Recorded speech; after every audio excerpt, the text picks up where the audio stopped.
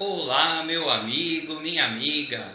Vamos dar continuidade a este vídeo da teoria da relatividade para medrosos. Se eu venci o medo, você também pode. Yes, you can!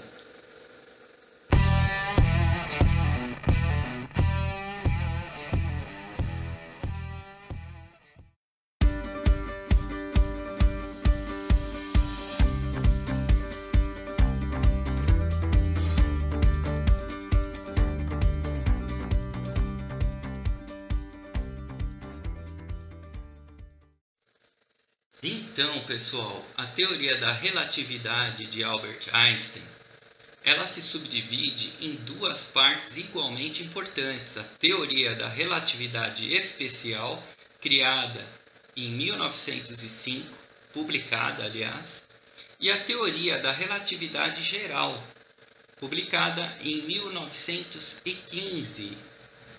Ambas são muito importantes para a compreensão da realidade que nos envolve. Pessoal, a teoria da relatividade especial possui dois postulados importantíssimos. O primeiro postulado diz que todas as leis da física possuem a mesma forma em todos os sistemas referenciais inerciais. O segundo postulado diz que a velocidade da luz é constante em todos os referenciais inerciais. Falou grego. E agora? Mas não era para perder o medo? Calma, vamos traduzir para você perder o medo. Referencial inercial, ele pressupõe a existência de um quadro onde há um observador e um objeto observado. Esse observador, ele pode estar em movimento retilíneo uniforme ou pode estar em repouso. Então, as leis para esse observador que está em repouso ou movimento retilíneo uniforme são sempre as mesmas. A partir do momento que não há aceleração, todas as leis se aplicam para esses dois casos. Daí o nome da teoria da relatividade especial, porque ela é especial para os casos em que esses frames, esses quadros, são sempre não acelerados, são referenciais inerciais, de repouso ou movimento. Olha aí. Aí sim. Mas e o postulado, esse negócio da velocidade da luz não depender dos referenciais inerciais? Ela vai ser sempre 300 mil quilômetros por segundo. Isso é uma loucura. Então, somente um gênio ou um louco poderia vislumbrar isso. Foi Albert Einstein. Com base, obviamente, nos estudos dos filósofos que ele deve ter estudado anteriormente, com base nas pesquisas de outros cientistas que precederam a sua existência, inclusive. Mas esse segundo postulado da constância da velocidade da luz em qualquer quadro referencial inercial, como que eu visualizo isso? Calma, vou dar um exemplo que o próprio Einstein gostava de dar, que ele chamava de Gedankenexperiment. Em alemão, experiência mental. Até porque só pode ser mental, porque ele trabalha com absurdos que só podem ser visualizados dentro da nossa imaginação.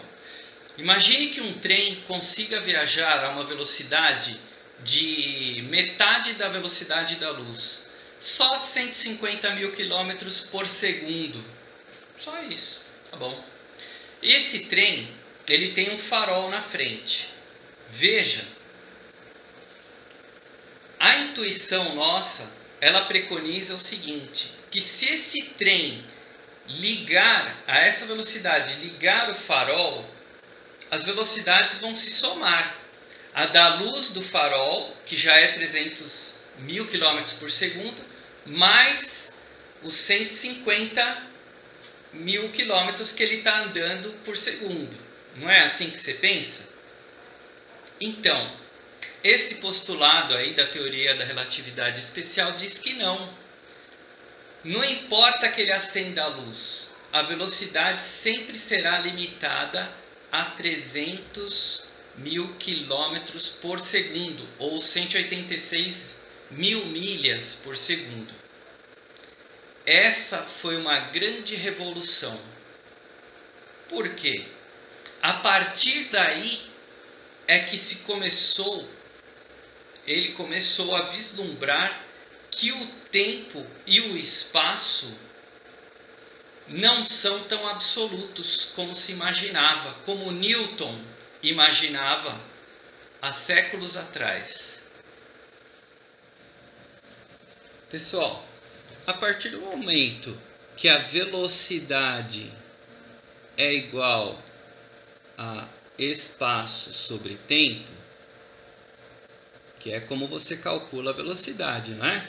Espaço em quilômetros, tempo em segundos, em horas, em anos, sei lá. Você percebe que se a velocidade sempre for 300 mil quilômetros por segundo, isso significa que alguma coisa estranha vai acontecer aqui.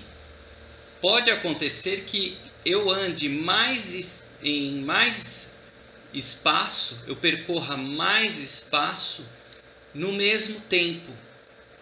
Nossa, mas para eu percorrer mais espaço no mesmo tempo, o que tem que acontecer com o tempo?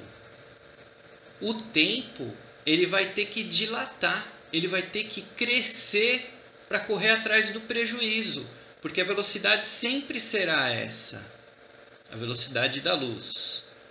Mas se ela percorre às vezes mais espaço sobre o mesmo tempo, é porque lá onde está essa velocidade aqui, vamos supor que seja um foguete a 300 mil km por segundo, o tempo passará mais devagar. Por que ele passará mais devagar? Para dar tempo dele percorrer um espaço maior.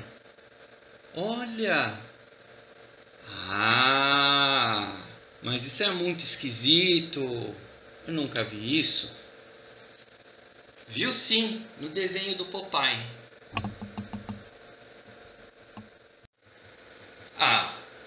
Leandro, mas você é um enganador. Você é formado em quê? Em direito? Você está falando bobagem aí, hein? Então, mas veja bem. O que o advogado faz? Ele tem que provar as coisas, não é? E se eu falar para você que já foi feita a prova de que o tempo ele anda mais devagar num corpo superacelerado em relação a um referencial inerte de repouso? Hein? E já foi feita essa prova. No ano de 1971, quando este humilde mortal que aqui vos fala tinha nascido, colocaram 2 relógios atômicos, um numa base terrestre e outro em avião de carreira, desses que dão a volta no mundo. Esse avião deu 2 voltas ao mundo. Esses relógios atômicos, que são com Césio 137, são as máquinas de calcular o tempo, de contar o tempo mais precisas que existem e que se tem conhecimento até hoje, inclusive. Quando esse avião retornou para a base e os 2 relógios atômicos foram confrontados, descobriu-se que, ainda que por uma questão de microsegundos, havia de fato uma diferença entre o relógio terrestre e o relógio do avião. O relógio do avião, ele atrasou microsegundos, porque como ele andou mais rápido, muito mais rápido que o relógio aqui base terrestre, houve o que se chamou a dilatação do tempo, comprovada experimentalmente. Ó, que legal, hein?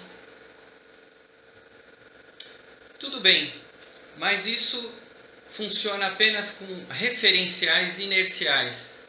Ou o objeto está parado, ou está andando numa velocidade constante, movimento retilíneo uniforme. Mas e se houver aceleração? Essas proposições são totalmente válidas? São incompletas. Por isso que Einstein desenvolveu a teoria da relatividade geral, publicada em 1915. Por essa teoria, há uma semelhança física entre objetos sofrendo uma atração gravitacional e objetos que estejam sofrendo uma aceleração. Veja você, amigo e amiga, se nós estamos na Terra sofrendo uma ação gravitacional, um impulso para baixo de 9,8 metros por segundo ao quadrado, que é a aceleração da gravidade na Terra, na Lua é menor, mas na Terra é assim. Se você está sofrendo isso, mas está num elevador fechado, você não saberá a diferença entre isso, entre se o elevador está sofrendo essa atração gravitacional, ou se o elevador estará sofrendo, por exemplo, um empuxo, uma força de mesmo os 9,8 metros por segundo ao quadrado, acelerando ele pelo espaço. Se você estiver neste lugar fechado, você não saberá a diferença. Então, a aceleração no espaço aberto é igual à força do campo gravitacional. Fisicamente não se sente diferença. E aí entra outra coisa interessante. Ao contrário do que Newton dizia, os corpos, não é que os corpos atraem outros corpos. Na verdade, os corpos massivos, e isso é da teoria da relatividade geral, os corpos massivos, eles distorcem o contínuo espaço-tempo em volta deles. Essa é uma questão importantíssima. A partir da teoria da relatividade, já na especial, descobriu-se que o tempo e o espaço são uma coisa contínua. Não era mais aquele tempo estanque, como eu já havia falado aqui. Certo? Então, o campo massivo, a massa, um planeta grande, ele distorce o entorno dele, que compreende espaço e tempo. Por isso que é feita uma experiência onde se coloca numa cama elástica uma bola de boliche, por exemplo. Nessa cama elástica você vai sentir que todo o entorno será distorcido para o centro.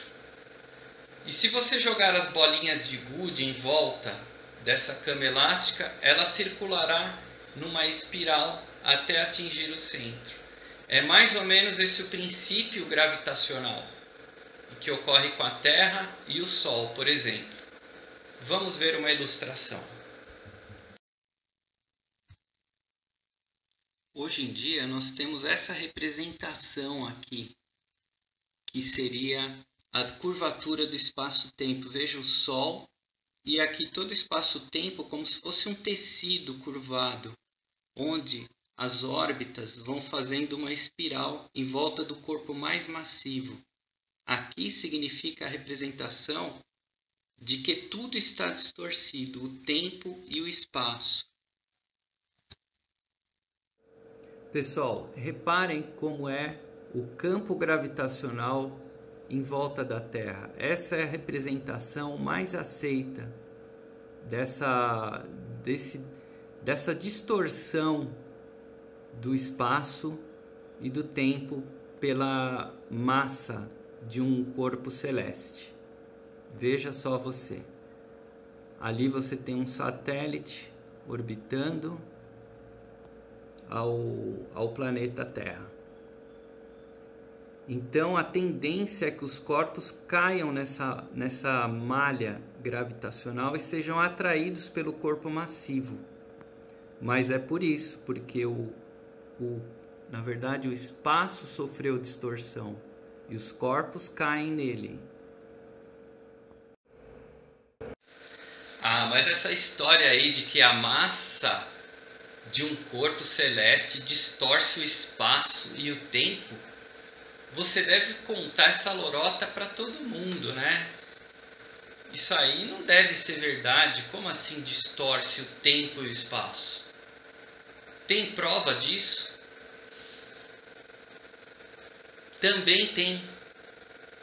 Só que essa prova ocorreu bem antes daquela prova que eu falei da dilatação do tempo em 1971, que os relógios se desincronizaram, lembra? Dessa vez foi em 1919 que essa teoria de que o corpo massivo distorce o espaço e o tempo. E como que Einstein propôs essa experiência?